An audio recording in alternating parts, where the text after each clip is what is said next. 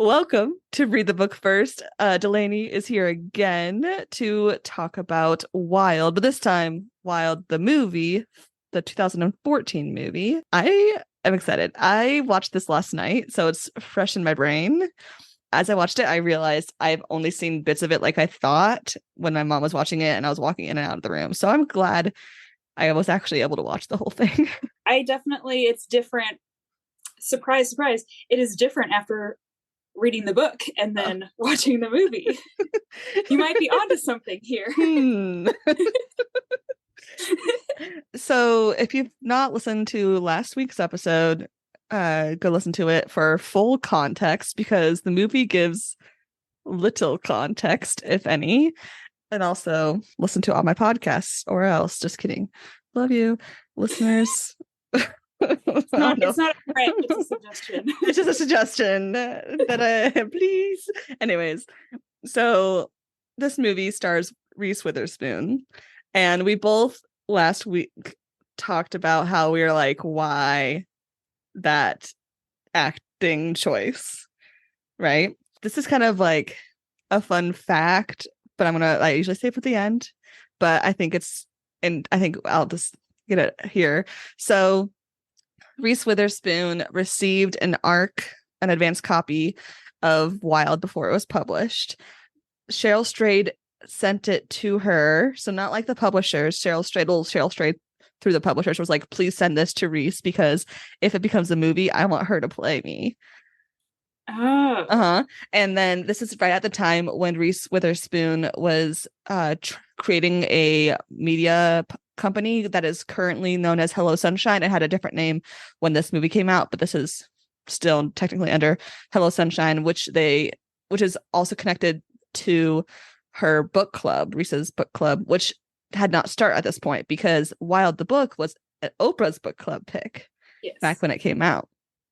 So this movie book combo essentially inspired what now is Hello Sunshine, her media company, where they choose books for every month for the book club. So it's like a normal book club, but whenever the book does excellent and everyone's like, turn this into a movie, they don't get any kickback from making it a book club month at all. They instead are like, if it ever gets optioned to be in the movie, we have first dibs.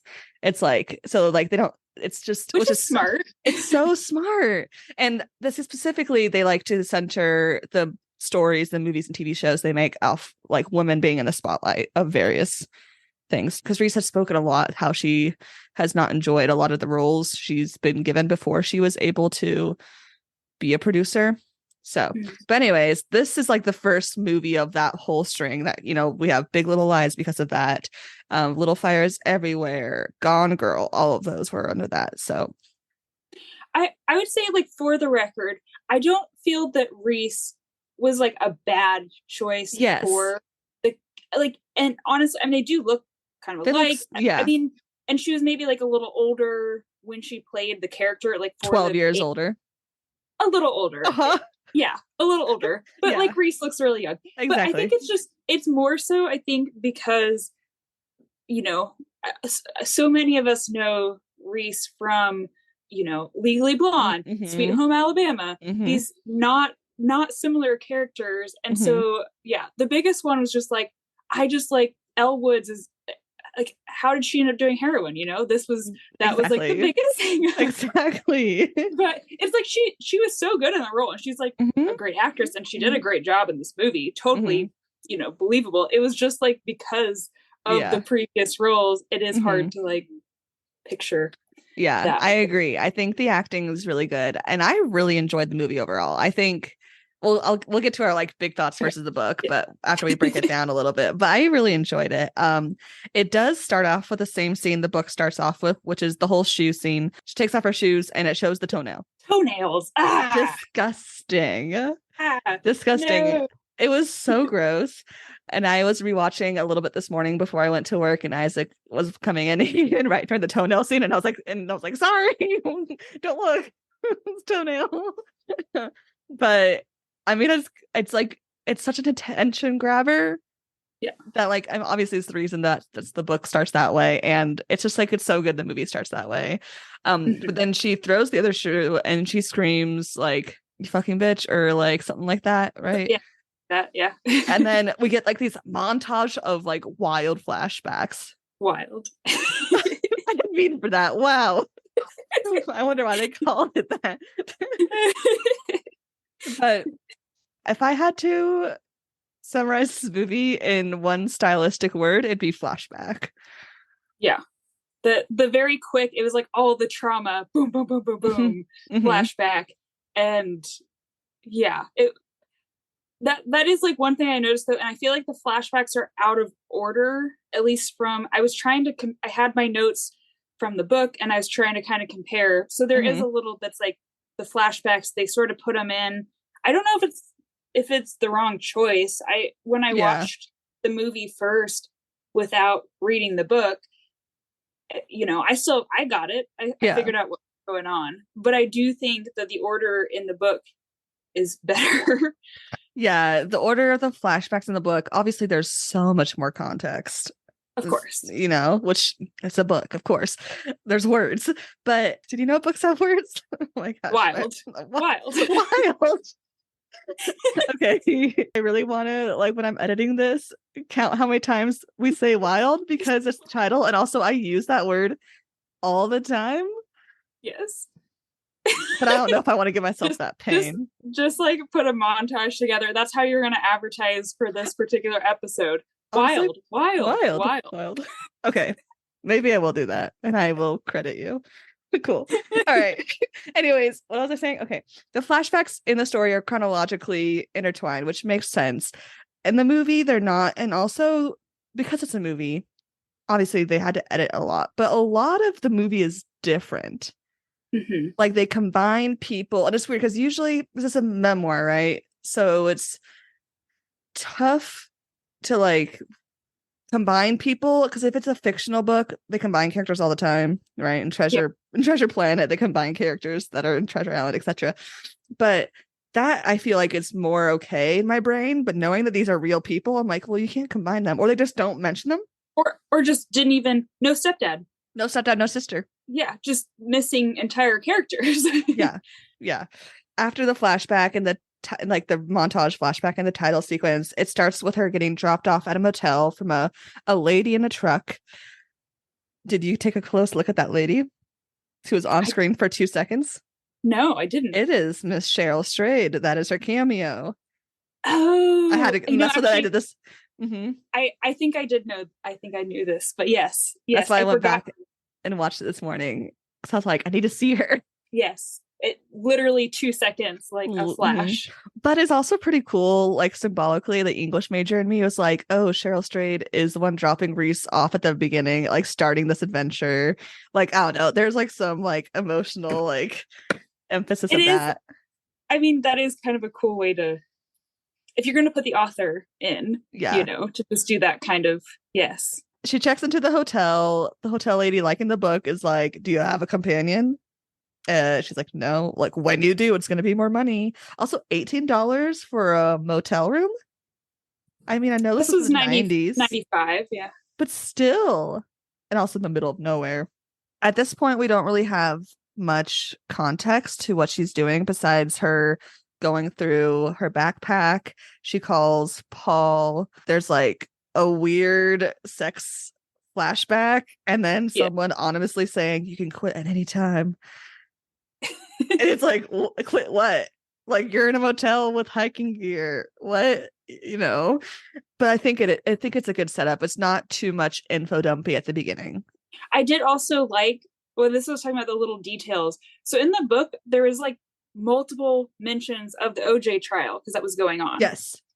And it was playing on the TV in the background at the motel. And so it was kind of funny because I remember writing in my notes, like, oh, they've mentioned this multiple times, you know, about the OJ trial, and it has come up. And I thought that was kind of a, not only because it's mentioned in the book, but also to set your time period that was on the news. I liked that detail. There are a lot of little tiny details that, well, you know, you texted me this when I told you I was watching it. There are, and you're totally correct. There are so many tiny little details that you would not ever know unless yes, and that is one of them for sure.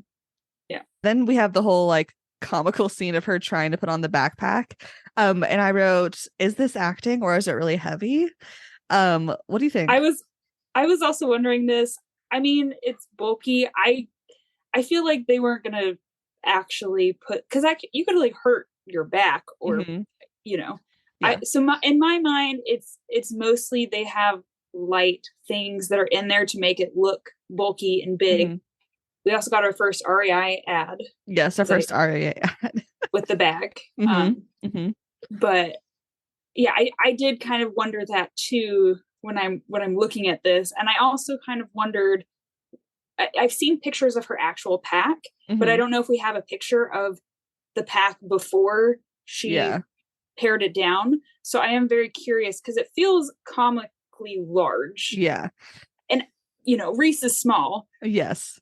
But. So I looked it up because I was so curious. I was like, how good of an actor is Reese in this moment? The backpack is the same exact model of the one Cheryl used. And they also did like extreme for costuming. They did extreme thrifting essentially in Portland area for 90s, for all the extras for 90s hiking gear, which like if you're going to get that anywhere, it's going to be Portland. For sure. Right. That's how they got like the actual models. But the backpack was full of old newspapers. It didn't describe if it was like, because newspapers, if you had a lot of them folded, are heavy.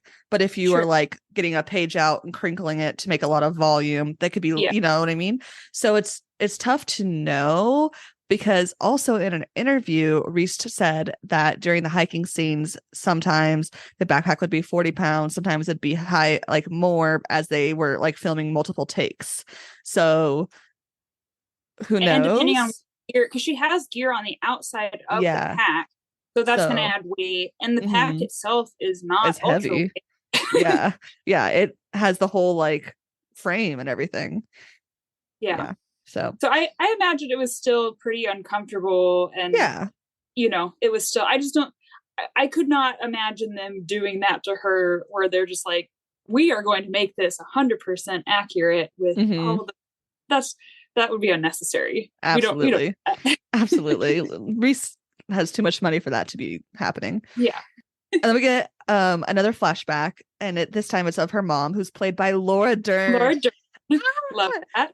Reese Witherspoon, Laura Dern, amazing cast. Amazing. There's only like an 8-year age difference between the two, but obviously makeup, trying to make Reese look younger with her hair and everything. I think it's excellent casting. I love Laura Dern, and I totally forgot she was in this. Like I knew, but I didn't know. But this flashback is like one of the silent ones where like we don't really hear like what the kids in the flashback are saying or what the mom is saying, but it's really sweet. And then she finally gets to the trail, and we have the trail log. And she didn't do this in the book. She mentions the quotes in the book at each like part, but in the movie she writes down a quote in the trail log. I mean, she was like a literature major, and that is something I would do if I had them memorized, which I don't. I mean, did she write them in the trail log? Am I misremembering? I was just thinking that was like I know she had it at the beginning of the book. I guess I always thought that she did write that in the trail log, but now I'm wondering, am I just confusing that with the movie and I just put that in my brain? Or I mean, because all the quotes they used, she had in the book, at each section. So maybe it's a reference to that, or maybe she just didn't explicitly write that she wrote those in the trail log. The only thing I was wondering, so when the guys that had been following behind her came in, was there mention of a quote that she wrote in the book? They were quoting the stuff that she wrote in the log. Yeah. In the book, they said that? I know. I don't know. I don't know in the book. I don't remember. We'll have to go. Yeah, that one I couldn't remember. I did really like the use of kind of the internal monologue, kind of narrating what's going on. The both, the quotes, reading a book, like just kind of adding that, because it would be a really awkward movie considering how much of this she is alone with an internal monologue. Yeah. And I was Or wondering how they were dialogue. going to do that. Yeah. So the voiceover I thought is interesting as she's talking to herself, and it's very minimal, but like necessary. Well, because when you're Yeah. hiking on a trail, you do have that like internal dialogue going along, your brain, what you're thinking through, and obviously she's working through a lot. So Yes. I did think the internal dialogue and the use of her kind of narrating a little bit, I thought that was kind of cool, and it Yeah. was again necessary Yeah. for that to not be a just silent, Mm-hmm. Yeah. hiking. I also thought it's interesting because, like, the first day on the trail, she has a voiceover where she says, "I thought of you today," with a quick flashback to her mom and her at college chatting. So she's had a flashback, like the longest flashback so far have been that one at college, her mom when she was a kid, and then kind of through that conversation with Paul, we get that she's trying to work through something, but we have not heard that her mom, spoiler, has died or has died of cancer, right? Right. So I think, and then in the book, we know by this point, Yeah. we've experienced the whole everything almost by that point. And this is what I was saying is that, I had watched this movie before and I figured everything out. Eric we got to about this part and he was like, this is going to be a weird movie. What is happening right now? Because is her mom, like something happened to mom? Who is this guy? Is she divorced? Like he was genuinely confused by this point. Just like, what is happening? And that was what made me realize how much context is provided at that point in the book that we're lacking in the movie so far. She's like, oh, well, we'll get to that. You'll figure it out. Okay. Yeah, but I kind of like it that it's very slowly. Like it adds the suspense, which I think you need because we don't want to just see her hike alone. Right. You know what I mean? Like that, like I think you need to split it up with those flashbacks. So I think after you got used to how many flashbacks there was going to be, I think it was worth it. I also really loved that scene on her first night where she's like telling herself, I'm not afraid, I'm not afraid. And it zooms out and her tent's so tiny and the light's on and then it's off. And the light. I thought about that too, because I mean, I didn't grow up camping. I was not, you knew me as a child. Yes. Was not outdoorsy. I did not. Yeah. The first time I went camping was literally college, but that is so accurate and I guess she had experience doing some camping and hiking and stuff, but that is a very accurate experience when you are not used to sleeping in a tent outside. Every noise, every, the breeze, little things, you're turning on your flashlight and you're looking and it's, yes, yeah, exactly. And I mentioned this last week in the last podcast. I am terrified of the dark, and there is no way I would ever camp alone. That is terrifying. I'd be fine hiking a bit, not that far, by myself. Like that. I've done that. Home in Alaska, but like at night, no.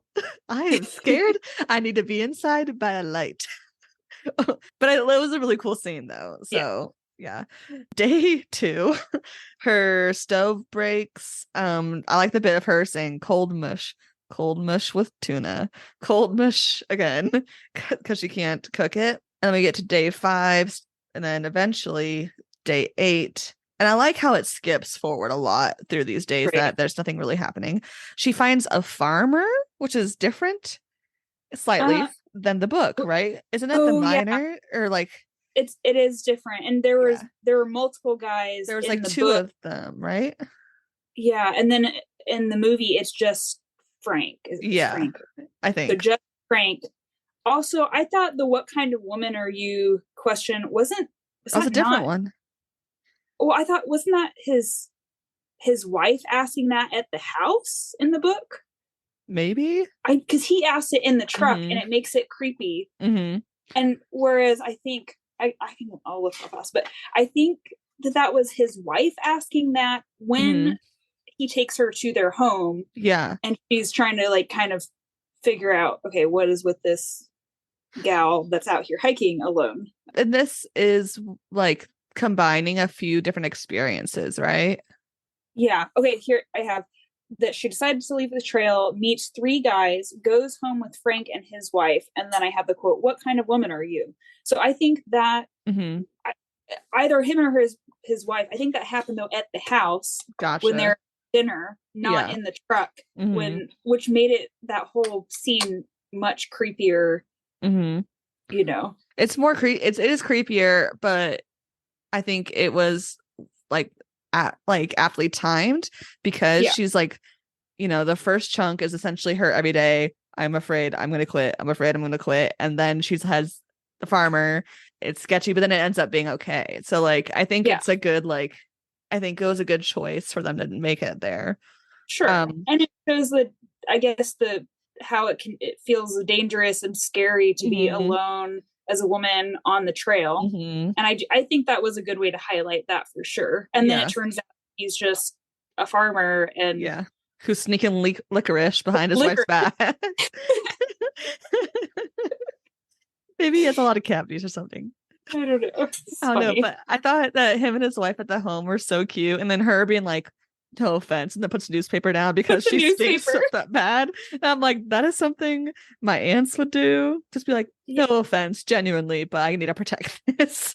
Yes, I could see my grandmother doing that with her nice dining room chairs, putting some paper down. Yeah, I thought that was cute.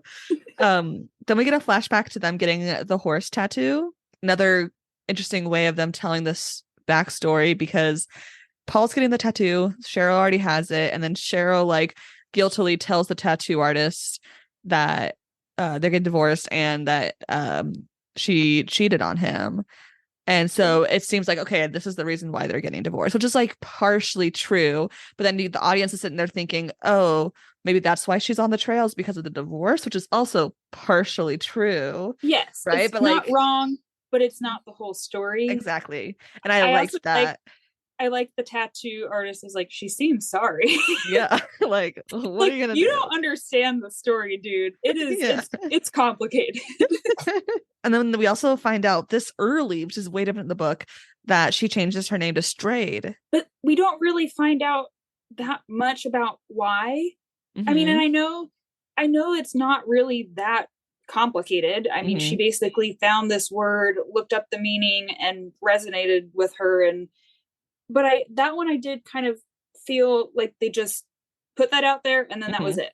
Yeah. And I do think that the book, it gives it a little bit more depth that we lack. And of course we lack, you know, the movie is just not going to have the depth. It's fine, but it's weird getting it so early. But also, like, when else would it make sense in the movie's version of this story? Because they don't really talk about the divorce. Like, Paul kind of like fades away through the rest of the story except for 2 more flashbacks, you know? So I think I guess it makes sense if Paul's still there, or like at least prominent in these side character flashbacks. Yeah. Yeah. She gets back on the trail and she's hiking, and we get the rattlesnake. Rude. Yeah. Rattlesnake. Yuck. I thought the book was kind of, I guess I'm not remembering, but the rattlesnake encounters were mentioned, but I didn't think there was I feel like the moose thing was more. Yes. And there was no moose or cow. Or cow. Longhorn. Longhorn. Right. And that's what I was looking for. Like, I was like, oh, there's going to be the moose. But like, I guess a snake is going to be easier. No, a cow, it's easy to get a hand on. There's so many cows in the world. But then also there was no ants, but there was an asp, I think what stung her or something. What's an asp? It's like the little caterpillar guys that. Yeah. So that was in there, but in the book it was ants that she woke up and they were crawling all over her. Yeah. It's probably, I mean, I think that's just easier. Yeah. Because the CGI ants weren't going to look great. Probably. No, they already had one CGI animal that didn't look great, which we haven't got to yet. Yeah. But this is where we first get our first flashback briefly to heroin and the heroin den with no context, just her naked in heroin, and then back to the trail. And we're like, oh, okay. Okay. What happened? You know? And then we get another change. Day 12. She's hiking. She sees a stream, and down at the stream is a naked man. She waves at him. The man says her name because of the trail guide. Yeah. And this is how she meets Greg. In the book, isn't she bathes in the stream? She gets dressed right as he comes upon her, right? Yes. So they switched it, which I think is good they switched it, because already Cheryl in the movie is dealing with enough shitty men, because even when you're recovering from heroin and you're on the trail in the middle of nowhere, men are still the biggest issue, not the snakes. Wild. Yep. You know? Wild. Yes. But I do like that they switched it. It, like, you know, I think it worked, and then it also, I don't know, it gave a little more character to Greg, because he really doesn't get a lot in this movie. Yeah. None of the characters do. Yeah, none of the characters except for Laura Dern and Reese Witherspoon, which I'm not mad about. No, but also, that's fine. I could have a movie with just Reese Witherspoon and Laura Dern. Yeah, have you seen the movie Wild? Hey. But yeah, Greg is the first person that she sees in the trail, and he tells her about the snow in the Sierras, and she has a flashback, and it's like they use the voiceover of a lot of like poetic-y stuff where she's like, I don't miss the snow. And we have a flashback of her with, I thought was going to be her sister at first, but that the lady with the dark hair and the really big eyebrows. So is that supposed to be Lisa, but is Amy in the movie? Is that who? I think okay. Yeah, I think so. It's the friend, just the friend that kind of does all those things that her friends did, right? Right. So she just takes the role of just friends, which we get the pregnancy flashback, the childhood trauma, an REI ad. Yes. And then also just vaguely how she got the idea for the PCT, which I felt was much more, I mean, I guess it wasn't that big a deal in the book, but also the movie, it's pretty vague how she ended up here. Yeah. It's like they're eating at the cafe, and she's like bragging to her friend. Her friend's like, you need to not do heroin, which is like, good friend. Good job. Valid. Yeah. And then Cheryl's like, I'm just the girl that doesn't say no. And I'm like, you can say no, and you should say no to heroin. Yeah, there's no one that I've ever encountered, and maybe it's just the crowd that I hang out with, but no one that's like, wow, you're pretty lame because you said no to heroin. Like, that's fair. That's fair. You know, yeah. It's yeah. And then she's like, I'm pregnant, or I think I'm pregnant. They go and take a test. She is pregnant, but she's like hyper focusing on this book that she saw during this like tense conversation with her friend about the heroin and the pregnancy. Which, like, her friend, I feel for her, because she's just like, my girl. Yeah. What are we doing? Like, we're sleeping with these random guys. You're pregnant. You're doing heroin. Like, I'm trying to help you, but work with me. we start with one of these. You choose which one we want to work on, and then let's go with it. I did like the nonsense of Cheryl being like, I need to go back into that store and get that book, like, because she didn't say that in the book, but also the audience needs it to be clear that's right. But it also adds, like, we know that Cheryl did not prepare to hike because of her pack. We know she's struggling. We have seen the shoe. Exactly. So I'm like, okay, it makes sense, but like that line was always like, it would have been better if it was like, I'll be right back. She just left, got the book. That would have been better than her saying, I need to get that book, you know? Yeah. It's just like, this is, I mean, we understand that this is her solution to her current problems, but I feel like she didn't have to say it. Yeah. And then like, also the like shoveling snow thing was just like her friend standing there just concerned. Yeah. It's like, I don't know. I think this movie does not hand feed the audience any information with all the flashbacks, which I like, except for this line. Yes. And I'm like, guys, just change it, just edit it. But it's all right. She gets to Kennedy Meadows, where she meets the hikers, and it's interesting. It's like a ton of them there. Yeah. In the book, there is like a more than the normal, like 2 or 3, but it seemed like there was like a dozen, if not more, people there.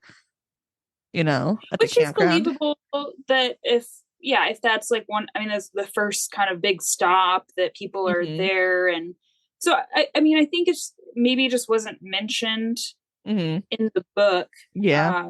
This one was a good example of smushing characters together. Yep.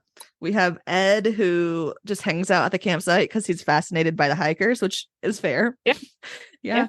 And he cooks her dinner, but also he's like, we gotta prune down your pack. Well, first he tells her though about the shoes, about getting new shoes at REI, which was, I had to go back and look because the first one that said, "Oh, your shoes are too small," was Brent, which is, this happened way later, right? And then Rex is the one that actually tells her that, hey, you could call REI and go do this. So that was the only, and it's fine. But the thing that I thought about, like, this is her first big stop. I know she just hiked 100 miles, but that happened so much later on in her hike that, you know, not that it doesn't seem like she's suffering enough in the movie. It's just that I just think that, you know, it's like, oh, right away, I'm noticing that your boots are too small and you need to call and order some more, and then problem solved. It's like she ignores that advice multiple times. Yes. And then finally, you know, Rex is like, you know, you can just call and get a new pair. And I feel like that choice is like, obviously it's for the time of it, right? It's a movie, but also I think it's because when you're turning a memoir into a movie, you have to make the story beats more normal to like fictional stories that we're used to, those patterns, where in real life, as much as we like to try, we're not the main character in the sense that we follow those story beats, and Cheryl for sure does not follow those story beats, right? So but it is like, it's like, okay, but she has to go more before the shoes. Like she suffered a very long time in those two small boots before she was able to get new ones. So so the first stop was that was a big change for sure. But then Ed helped her. They prune down. I like that line. He's like, "Are you burning the books as you read them?" And he tears out the stuff that you know, from the guidebook that she's already hiked, and he goes, "Don't worry, you're not going to become a Nazi. It's just making you lighter." And I'm like, okay, that's a good amount of clarity. When she's at camp chilling before she heads back out, we see her wearing socks with sandals, which classic, but she's wearing Tevas. Like, you know how to spot Tevas if you've lived on the West Coast, you know. And in the book, she talks about how her camp sandals are like flimsy and not suitable for hiking. Tevas, like, yes, are not great for long form hiking, you know, but they're not flimsy. I would never describe Tevas, or Tevas, I think it's actually how you say that, but I saw a TikTok and it made me upset. Tevas. Well, that's not how anyone I've ever known is. I know, but the Tevas official TikTok said that, and I was like, they need to change the name. They need to change the name. They're Tevas. But I was like, these shoes would be fine. I want to try to see if there's a picture that shows like one of her photos, if you can see it, like what the sandals look like in any of the photos of her. Oh, in her real life? Or her actual ones. I'm just curious because I think they were definitely supposed to be flimsier, but I am curious. Oh wait, here. It looks like this one picture of her, there may be at the top of her pack. It's hard to tell what brand. They're definitely not like flimsy shower shoes. They're definitely more hiking sandals, but I can't quite tell. I mean, they look more like a hiking sandal maybe. Yeah, but I was just like, I see those are Tevas. Anyways. Also, I like that they still included the roll of condoms. Oh yeah. And then I was like, that's great. I think that's just such a funny. It's just, I mean, it fits her character too. It does. It's just a fun thing. This is where we get the flashback, and we finally get the full story of her mom having cancer. And it's through the diagnostics part, and her younger brother is like just destroyed by it, rightfully so, whereas relatively, as someone who can deal with her parent having cancer, Cheryl's holding it together. Back at camp on the trail, she almost decides to go hiking through the snow, but the last minute some, or like I think it's Ed who talks to her, is like, well, would you rather be dead on the trail or have to extend your trail, like change what your thought, and she's like, all right, that makes sense. So she takes the bus to Reno and begins to hitchhike, and this section of the book is long, the whole like having to get to Reno, and it's like 4 seconds, boom boom, just going through all of it. We just really skipped over that part. But they do include when she's hitchhiking along the road, Jimmy Carter, no relation. No relation. Yeah. Excellent acting of that dude. Like, I don't trust him. And the hobo care package. Yeah. The conversation is almost like word for word what happened in the book. Mm-hmm. Him being like so enthralled about having a female hobo. I was like, dude, get the point. You're not getting the point. Yeah. I do like the way that you get to see the visual of this. She gets the care package, and then the scene is, Jimmy Carter drives off and she cracks the beer, which I think is really funny. Like I giggled at that part because she's like, okay, what is this? And then it's like, sure, a beer does sound nice. Beer and popcorn. Yeah. And then we get our hitchhiking. Yep. And she gets in the car with Spider and crew. Lou is her name, right? And Lou. Yes. Yeah, we don't get our name in the movie though. We just hear Spider and the dog's name. And then what's the other one? It's like Bone Crusher or something. Like, it's not Bone Crusher. No, okay. That can be your name. That's my biker name. I'm so confused. Yeah. No, what is it? No, but what is his name? It was something like that. That was like, I remember from, because doesn't he have a rough backstory? And was it Spider Monkey? Was that his name? Was instead of Spider? I hope not. The only Spider Monkey in my life is Edward Cullen. Of course. Oh wait, no. Wait, Kristen Stewart. Wait. Kristen Stewart. Yes. Yeah, she's Spider Monkey. In the book that he tells a story that was something just absurd, and it made the whole scene with the bikers like it was, I don't know, I think the way that it was done in the movie, it was just kind of like, oh yeah, she's in a car with some bikers and there's like this sad moment, and anyhow continuing on, it was just it wasn't. Yeah.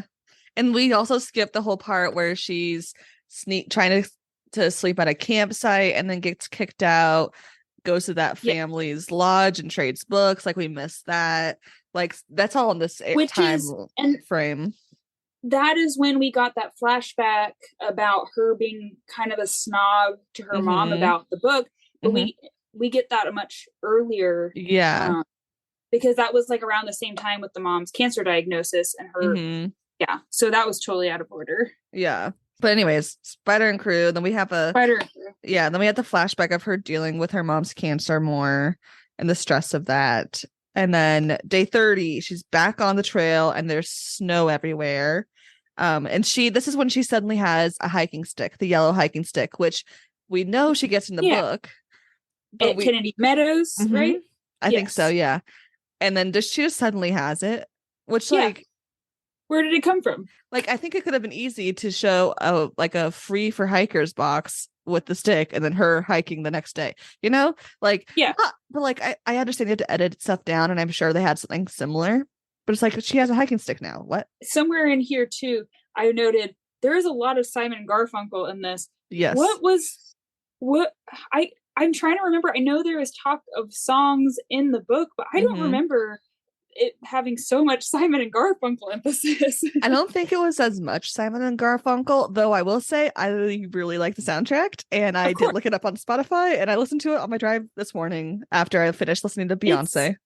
And it's great, and it does very much fit this. And that one I noticed there was so many songs coming, and it kept coming back, and But did you notice when she's on trail and we hear her humming or singing, it's all in her head. It's not out loud. Yes.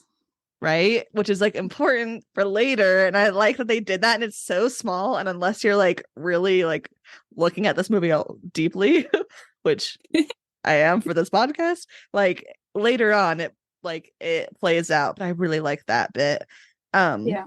But yeah, I like the music. But this is where we get our first horse flashback. Yes. So as her mom is dealing with cancer, her mom has this horse that like saved her, and we get a little bit of that feeling in the movie, but not as much and in much detail as the book, obviously. But the mom tells Cheryl to, quote, do the kindest thing. So sad. She keeps on hiking. On day 32, she's hiking and she sees a fox.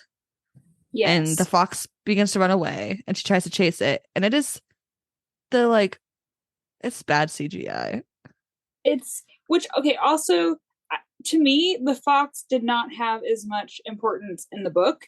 Like, it happened. It also, I remember, and I can go back and look, but I thought it was July 6th, because I remember thinking that it was my birthday and a fox. And I was like, oh, a birthday fox. Like, I had this thought.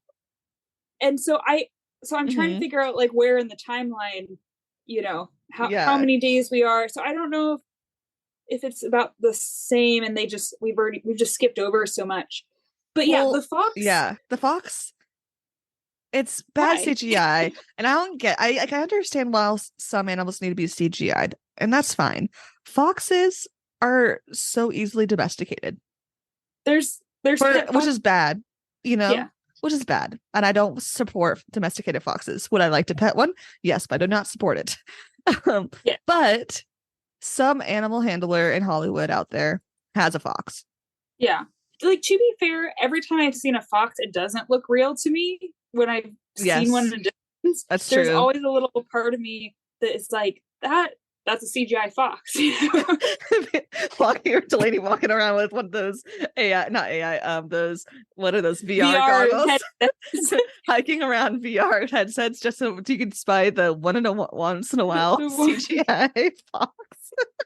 Yes. I mean, I get that. They are mystical. Yeah, there is like something about them that never quite, and maybe it's just the color. They're just like a very mystical looking animal. So yes, but the fox is a little cheesy in this one. Yeah. And the movie is not that old. Like, yeah. Yeah. It's a little silly. Yeah, especially since there's not that many people in the movie. Right. You know what I mean? Like, you could have splurged for the fox. Okay. Yeah.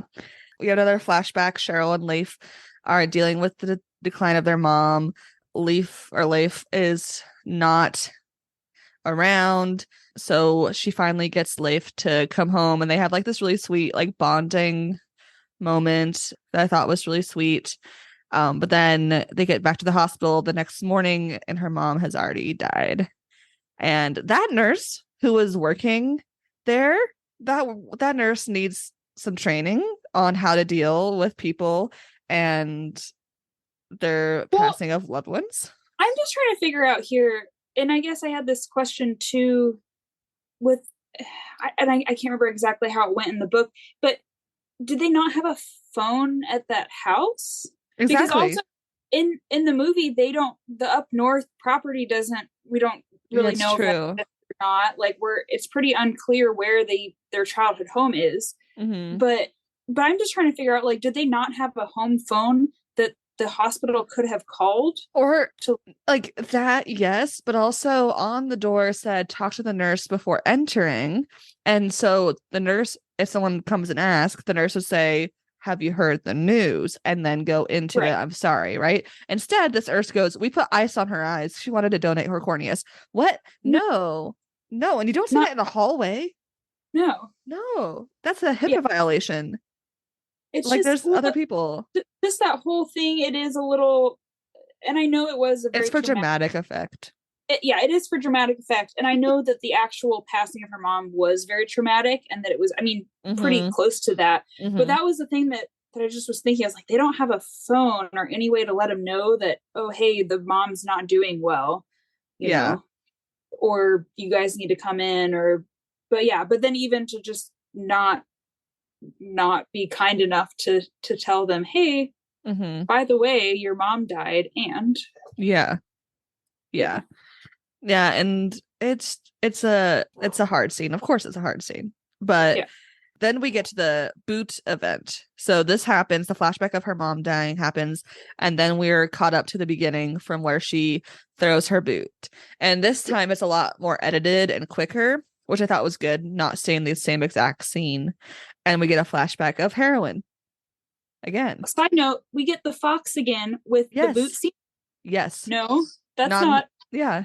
It's why has the fox become so important now? And like, especially since from here on and a couple times others, she like imagines her mom in on the trail with her, like Yes. behind a tree randomly or behind a bush. So like that I'm fine with if there's Yeah. no fox. If there's no One or Laura the other. Dern flash like imagination Laura Dern, then I'm okay. You know, yeah, exactly. One or the other. Only one imaginary mom symbol at a time. Yeah. Unless We you had don't two need multiple. moms, but she only has one mom. So Yes. yeah. Yes. But anyhow, yes, the flashbacks, The waitress, heroin. job, the heroin. And then we Yeah. get her having a lot of random sex. Yes. There's her picking up a guy at a hotel bar. Then as she's a waitress, she ends up having sex in the alley with two different guys, and then that night going home to Paul. So then we see what we were referenced to earlier about her cheating a lot on him. And then we get another heroin flashback, and then we get a flashback to her mom being alive and her saying, "Mom, stop singing that song. Why are you singing?" And her mom says, "Happy people sing." And then something, also the line, "We're rich in love," which is something her mom always said. And Yeah. so happy people sing, when I heard her say that, I was like, okay, that's why on the trail Reese has not opened her mouth and sang. It's all in her head because she's still not happy.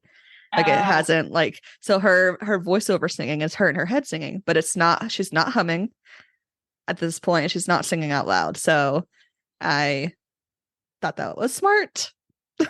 I really liked it. But yeah, so it's like a lot of flashbacks back to back. It's like the info dump, which makes sense. Like the biggest information drop of her mom passing is here. Then the spiral begins, right? Then we get to day 49. She gets her boots. Oh yeah, this is The the REI ad. REI boots. This is where she there's no other package, but this is where she meets another woman, Stacy. So in the book we had Trina and Stacy, right? Yes. They were hiking together. Yeah. Okay. So Trina and Stacy are now just Stacy. This is Stacy. Another solo hiker. Yes. Solo female hiker. And this is where she finds out that Greg quit because of the snow and is going to come back next year. And so this is where on the trail, Cheryl's starting to get more confidence here. And she's hiking better and faster with her new boots. But then we get more trauma and more flashbacks. Yes. we get her brief stint in therapy. Where we find out about her abusive alcoholic father. And then we get details about the heroin flashback. So we get her kind of explaining how the first time she smoked heroin, what she felt like, and then they snorted it, but they always told themselves, we'll never shoot heroin, which they did. Which they did. I have to wonder, and I guess we don't maybe get these details in the book. In my mind, it was just like, oh, we're at Joe's like shitty apartment and we're doing heroin. But these are like full on flop houses. Like, yeah. It's a little, I don't know why. I just have a hard time believing. I mean, it is a little, she goes pretty much from normal life to heroin addict pretty fast. And that's okay. But I just, in my mind, you know, I guess it's like, it creates this imagery of like, oh, if you're doing heroin, you're in a flop house, you're on the streets, blah, blah, blah. But like, there are plenty of people doing heroin in suburban homes, you know? Yeah. I don't know. That was. I didn't imagine it being as much as dingy and bare of a house, but I imagined it like a crappy apartment. Yeah. You know, that's what I imagined it, because the character, the way she describes Joe in the book, is not someone who is doing heroin in street alleys more of someone who's in an apartment. But she does get, when she's strung out once, she does get robbed by that guy, which is on the side of the street. So like, yeah, they're street adjacent at least, you yeah. know. But this is the part, like earlier we said, again, I really liked Reese as acting everything except for the heroine parts. It's just not believable. That, and even like the therapy part where they're trying to make her look very just like gritty and just jaded. Yeah. And it just, that almost, I just have a little bit of a hard time believing Reese as that character in that. Yeah, I think like both the heroine and then that just kind of where she's like the eyeliner, like you can tell they did a good job with costuming to try to get that, you know, it's this kind of heroin chic, but with actual kind heroin. of grungy kind of, you know, but and you know, I'm sure that the author was involved in all of the, you know, so it's I'm sure they're using is like, oh yeah, this is what I was, you know, what the kind of clothes I'm wearing, and so I'm sure that it is accurate, but I agree it is a bit hard to believe grunge Reese. Yeah, grunge Reese at age 38 is hard. Yeah. It's just I did like that this voiceover, we see her journaling this voiceover. So before it's just her talking to herself kind of, where now she's writing stuff down, which I like because it alludes to the book, which I think is fun. I liked that. The mixture of, it's like, you know, we have the internal, we see that, she's writing this down. She's, you know, reading this book and getting these quotes. I really liked how they incorporated that and tied it to the book so that it wasn't just, here's a movie of a gal hiking. Yeah, definitely. She's back on the trail. She is looking for a tank, which the guy who gave her the boots at the post office told her to get extra water. And she's like, there's a tank. I'll be fine. And he's like, it's hot out. You know, be careful. So like this is slightly different than the book, but I think it serves its point well, right? Like there's no water there. She deliriously keeps hiking, and then on day 58 she finds the grossest pile or like stagnant water pond, scummy water. It's so gross, and she filters it and has her iodine pills. And when she's doing this, the hunters come up, which I think is smart that they do the hunters scene here. Like it just combines. I think that's a smart combination. And also the hunters scenes is very accurate to the book. It's creepy.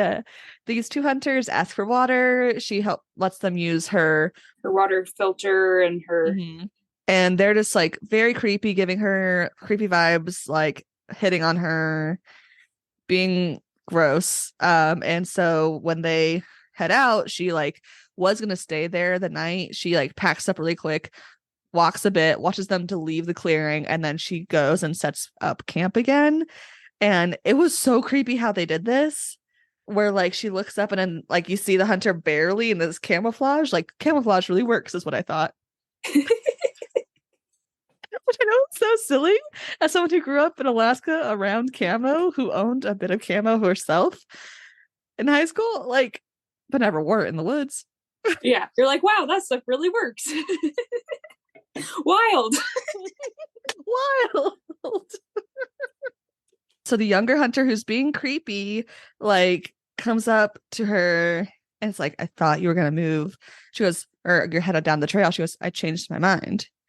And like it's super creepy. And luckily the older hunter is like shouting from the clearing edge, like, what are you doing? Get back here. I thought you're lost. Like, thank God. But but so scary. And then she like runs, she like packs up her stuff and she begins running down the trail. And as she's running down the trail, there's like a glimmer of like eyes. And I think it looked like a bear in the background. I'm not sure. Because I was watching the bear. So I also some of the things that I missed probably because it was a very small screen. I see. Yep, there's totally a bear. Yeah. Yeah. There is a bear. It is at 1 hour 28 minutes and like 45 seconds. The bear shows up about that or no? Yeah, it's blurry in the background. It's really tiny. and uh and like the eyes glimmer, and I like, because like you hear bear-ish noises. Well, she does encounter at least one bear. We know that. Yeah, but they didn't, again, like we said earlier, the only encounter is a snake, really. Yeah. Yeah. Well, that's I don't have I rented it. I don't know why it's not on Disney Plus up here, but it was when I checked on it in January.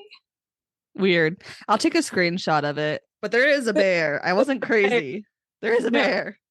There is a bear, and she's running, and there's a bear.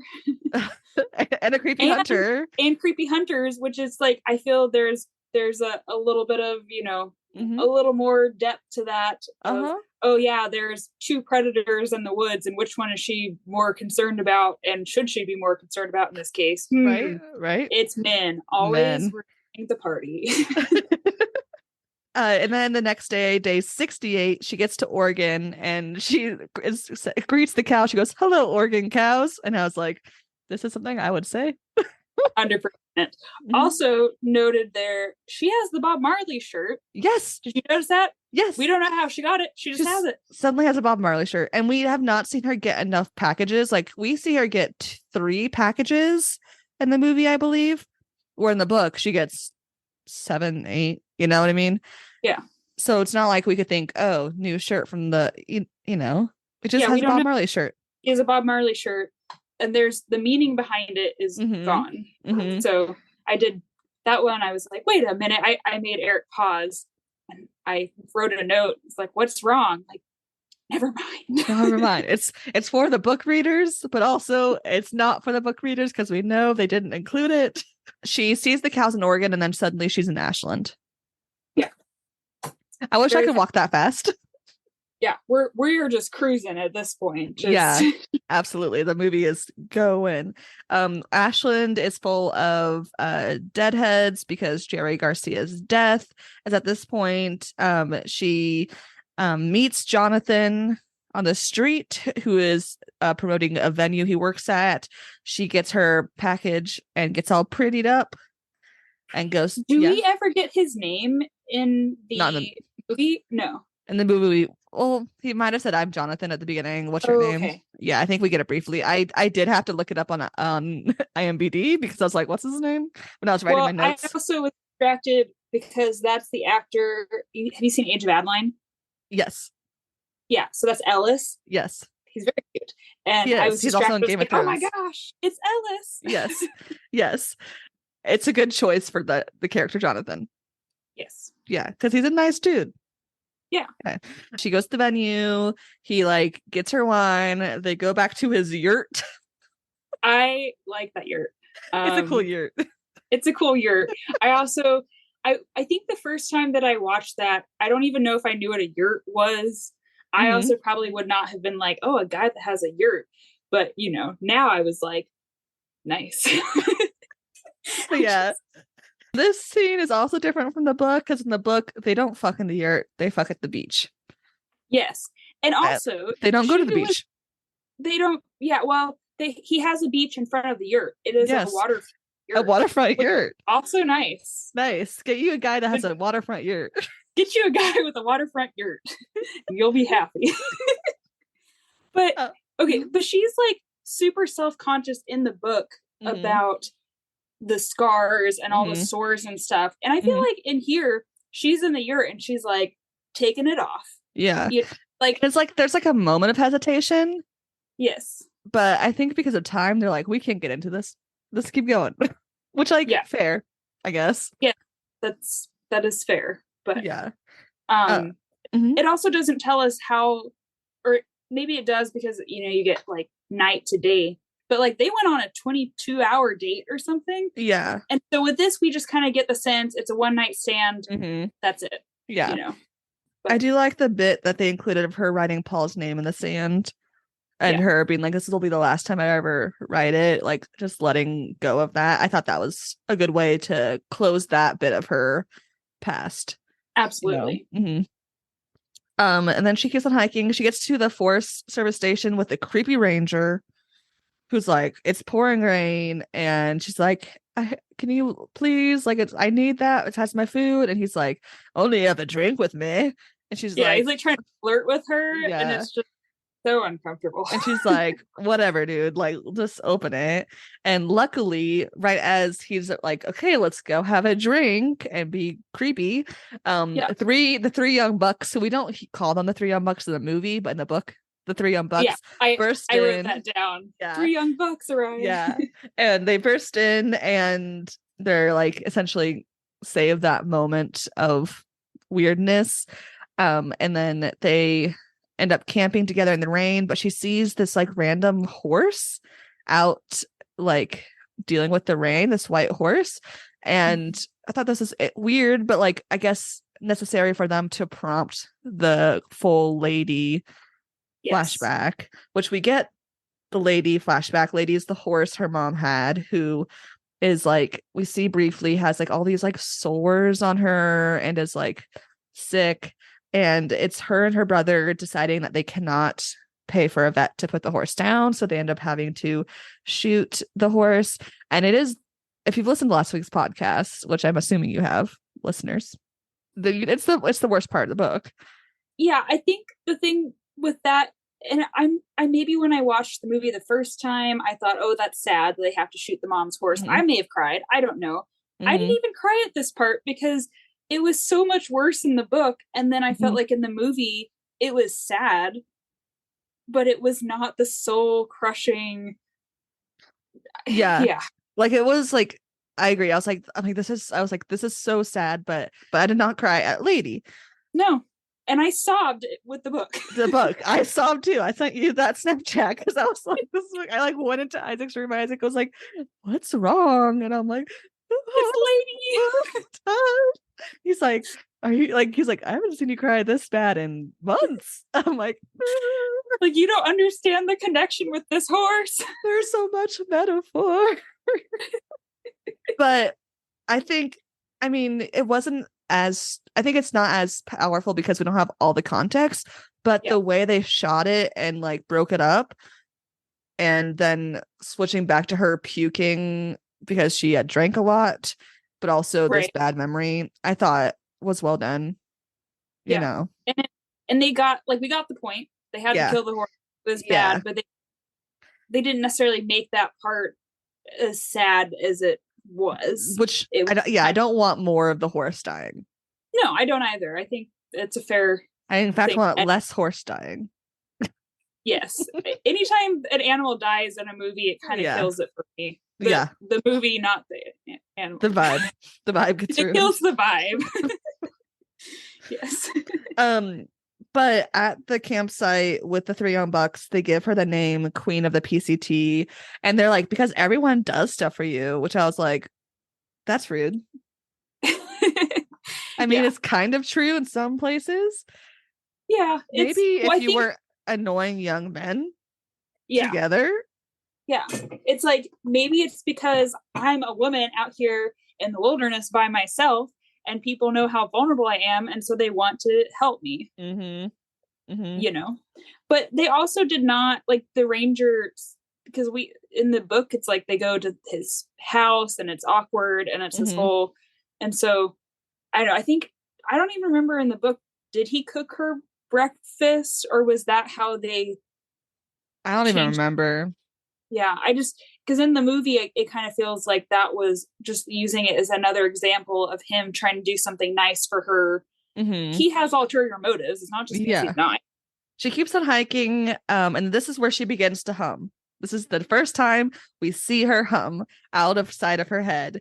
And I was like, oh no, emotions. And then she meets the llama in the middle of the woods, and then Vera and Kyle, the little kid, and then Kyle sings that song, and I cried. I cried. So, that was so. That child is a star. Those curls, star. I loved it. I thought it was great. I'm so glad they kept that in there, because I also forgot about that bit. Because it's so fast in the book. You could have so easily just cut that out too. Yeah. But it did have this impact of, I think, and they didn't really talk about it as much, but where, you know, he didn't have a daddy and she didn't have a daddy, you know, that kind of thing. And they connected over that in the book. So they did still have a really sweet connection in the movie. And yeah, but that was the part I did. And like her giving advice to this kid that like things are going to get better even if you have hard things, like with this child who also does not have a father, and he's singing, and like her mom said happy people sing, and so as soon as they leave, her breaking down on the trail, I was just like, this is the end. The end. And then the rest of the movie is a voiceover with like a montage of her hiking, and it's like weird bits. We had the frogs though. Yes, it included the frogs. We still had the frogs. She wakes up at one point covered in frogs, and it's her like hiking and working through all the trauma and the what ifs of life. The wilderness of grief. I liked that. Yes. Very nice. Yes. And then she gets to the Bridge of the Gods, which after seeing that, I was like, oh, I've totally driven on that before. I just didn't put my mind together. I'm like, I've been there. And she's walking on it, and then the last line I loved as she's walking on the Bridge of the Gods, and she does the whole like thing, I wouldn't know in 4 years I'd be getting married down here, and then 7 years having a child, etc., etc. But the last line she says, how wild it was and to let it be, and then it ends, and I'm like, I like that they opened and closed the same as the book. Yes, because that's like I think those are both very important points. And the way that they opened and closed the movie, the same as the book, was very satisfying. Yes, I really liked the ending. I thought it did a good job of, like, some points, like we've talked about already, like they kind of missed a little bit on the emotional depth, but I think the beginning and the ending really hit it over the head of like, this is perfect, like for the book, what it was trying to say. For sure. Before we wrap up our thoughts, do you want to hear some fun facts? I do. So, young Cheryl, the little girl who in the flashbacks was played by Cheryl Strayed's IRL daughter. I actually did know this. Yeah. I read this before, and I thought that was so cool. It's so cool. And also, I thought it was cool, her kids' names are their first name, Strayed, their dad's last name. So Strayed is part of their name, which I liked because it's so important to her. I thought that was cool. And the daughter's named after her mom, right? Yes, Bobby. Yeah. The director refused to let Reese read the instructions of the tent or the stove. That I wrote a note honestly about that. Well, of course we talked about she bought the wrong fuel for the stove. And then that tent scene, I forgot about this. I was watching that thinking that this is so accurate that, you know, like you always want to set up your tent at home. Yes. In perfect conditions before you're trying to do it, because inevitably it's going to be so windy and you're going to be trying to fumble with all these pieces and your hands are cold and you just want to go to bed. And I thought that was a great scene, the way that she's just struggling. So I like that. I'm so happy to know that was the case. That's brilliant. The director also covered any mirrors that were not part of the set. Like at the hotel, they had a mirror. So like if it was, or the car mirrors, but besides the ones that were actually a part of the scene, all mirrors were covered so that Reese wouldn't, because like when you're hiking in that mindset, you don't know what you look like and you don't care what you look like, right? So to kind of help her embody that mindset, which I thought was pretty cool. The crew did not leave no trace. They did leave a trace of the shoe. Ooh. Just the shoe. Everything else they followed protocol, but the shoe that she throws all the way down, because they looked for it, they weren't able to find it. I don't know how hard they looked for it, honestly, but a guy from Washington State found it and still has it, and one day hopes, I don't know if he has got it signed, but hopes to get it signed by Reese. So it's been found, so someone picked up their trash. Okay. Well, that's good to know. Yes. But also, I mean, that's accurate because you lose stuff in the wilderness and it's yeah. In the movie, Reese reads Gone Girl at one point, which had not been published at the time of Cheryl Strayed hiking, but Gone Girl, who Reese is a producer on, was in production, and Reese was actually supposed to play the main character, but because she chose to do Wild first, they ended up getting Rosamund Pike. Reese was almost her in Gone Girl, which is interesting.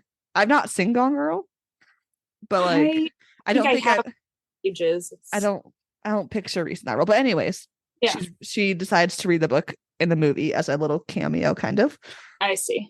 This movie was almost completely filmed in the state of Oregon. So even the desert scenes that are supposed to be the Mojave is the Badlands of Central and Eastern Oregon, and they just kind of like added some Joshua trees to make it look California-y. I was kind of wondering. I mean, I have been to parts of Oregon that look like that. Yeah, like the high deserts of Oregon do look like the similar deserts of California. It's just the trees, I think, were not in that area. I'm not sure though. Yeah, no, I don't think there's Joshua trees that far. It's very different. It is like deserty, but it's not like that at all. That is interesting. Yeah. So it's mostly filmed in Oregon. Reese has talked a lot about this film and about how it's been like one of the hardest films she's ever had to act in. And then not because of the hiking, though she said that it did stink occasionally when she'd have to run up a hill with a backpack 4 or 5 times. But she said the hard part for her was all the sex scenes because she had never done like full nudity scenes. And she really struggled with it. And she even hired a hypnotherapist to try and help her like become more comfortable with it. The hypnotherapy did not work, but she tried it because she was that anxious about it. Which is fair because again, it's like it is hard for us to picture Reese Witherspoon or any character she's really ever played in these kind of scenes, and so that it's like also as the audience we're a little uncomfortable too. Yeah, and apparently Reese asked Cheryl like, "Do we really have to include all these sex scenes that are in the book?" And Cheryl's like, "Yes, I slept around in the 90s, and she's it's like, a part of the issue. You don't understand how much sex was involved in this story." But and after the movie came out, Cheryl did say she'd never had sex in the alley. So that part, they like whoever wrote the screenplay like added in. But it's just like, that's just like little details, like, know. And I guess I think it does get the point across that like she's doing some stuff that is out of character, that's a little wild, that's a little there it is. But yeah, I mean, because I remember thinking that and being like, I don't think I'd do that in an alley. Like, that's just, I'm not really a city person, first of all. Like, outside, okay, but an alley, no. Yeah, just smell of trash, let alone everything else. Yeah, I just am like, it's just, I mean, besides it's like these random strangers you met at the diner, like that's little, it's like, okay, we're being high risk, we're edgy, we get it. But you can also get tetanus if like you're a risk at tetanus, there's like so many things. I'm just rats. Like, no, rats. You could get the plague. I don't know. It's more so from the desert critters than actual, but just too high risk. Lastly, Reese was nominated for Best Actress for this year of Oscars, and Laura Dern was nominated for Best Supporting Actress. Neither of them won for this movie, which I looked at the other nominees. I think that's the correct choice for those other nominees, but I do think they did have Oscar level acting, Yeah. But those are my fun facts. Are you ready for the time-old question of the podcast? I don't know how it's time-old. The podcast is not that old, but it is now. Season 2, we're old now. Season 2. Is the movie better than the book? I don't think so. I really did like the movie before I read the book, and I probably would have said, oh, they're about the same. But I think reading the book first,